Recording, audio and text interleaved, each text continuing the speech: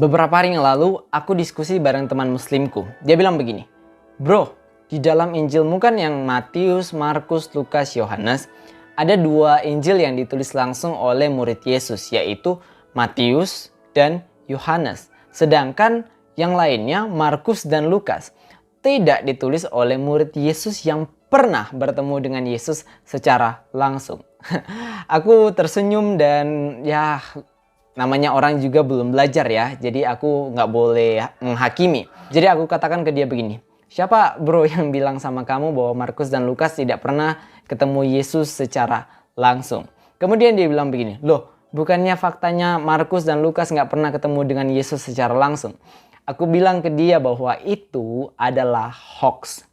Pada faktanya, baik Markus maupun Lukas jelas pernah bertemu dengan Tuhan Yesus secara langsung.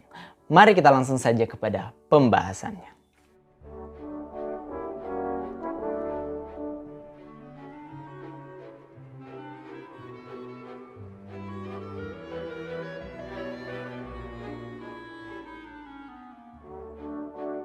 Shalom alaikum bismillah masih. Assalamualaikum warahmatullahi wabarakatuh. Halo, kenalin aku Enrico Toralaki. Aku seorang YouTuber apologet Kristen yang siap untuk membela iman Kristen.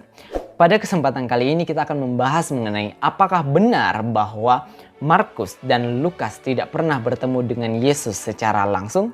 Jawaban singkatnya adalah Markus dan Lukas jelas pernah bertemu dengan Yesus secara langsung. Yesus sendiri tidak hanya memiliki 12 murid pada saat itu. Dia juga memiliki 70 murid yang diutus dua-dua mendahuluinya. Di mana hal tersebut bisa kita lihat di dalam Alkitab Lukas pasal 10 ayatnya yang pertama sampai ke-12.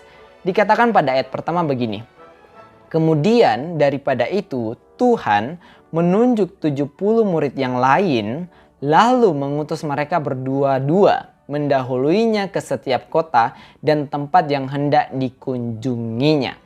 Kemudian ayat yang kedua dan seterusnya berisi tentang sabda dari Kristus mengenai tuaian memang banyak tetapi pekerja sedikit dan selanjutnya.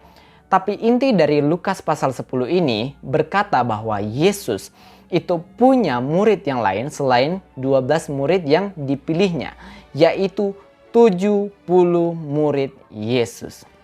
Nah, dari ke-70 murid Yesus inilah kita bisa menemukan Markus dan Lukas. Tapi, dari mana kita bisa mengetahui hal tersebut? Kita bisa mengetahuinya dari sini. Nah, ini adalah catatan dari seorang bapak gereja namanya Hippolytus. Siapa Hippolytus? Hippolytus itu muridnya Irenaeus. Irenaeus itu muridnya Polikarpus. Dan Polikarpus itu muridnya Yohanes. Siapa Yohanes? Yohanes murid kesayangan dari Yesus Kristus. Jadi data ini sangat valid untuk digunakan. Nah, pada halaman yang ke-461 ini berisi catatan mengenai 12 murid Yesus, 12 Rasul Kristus, dan bagaimana mereka meninggal, di mana mereka menginjil dan sebagainya. Kemudian pada halaman 462 berisi tentang siapa saja ke-70 murid Yesus yang ditunjuk oleh Yesus secara pribadi. Mari kita lihat bersama-sama. Nah, yang pertama adalah Yusuf, saudara dari Tuhan, yaitu Bishop of Jerusalem atau Uskup Yerusalem.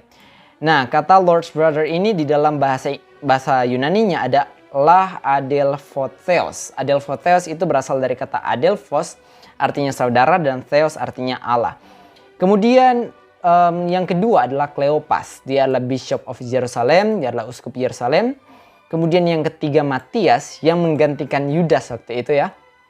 Kemudian ada Tadeus, ada Ananias yang membaptis Paulus, ada Stefanus yang menjadi martir pertama, ada juga Filipus, ada Prochorus, ada Nikanor, ada Timon, ada Parmenas, ada Nikolaus, ada Barnabas, dan perhatikan pada nomor 14 dan 15 ada Markus sang penginjil dan Lukas sang penginjil. Jadi jelas di dalam tulisan ini mengatakan bahwa Markus dan Lukas merupakan bagian dari 70 murid Yesus yang secara langsung bertemu dengan Yesus. Artinya hoax kalau ada yang bilang bahwa Markus dan Lukas tidak pernah bertemu dengan Yesus secara langsung. Nah, demikian penjelasanku. Aku harap jelas dan dapat menjawab bahwa ternyata pada faktanya Markus dan Lukas pernah bertemu dengan Yesus secara langsung. Shalom alaikum Yeshua Mashiach. Assalamualaikum warahmatullahi wabarakatuh. Salam sobat santuy. Dadah.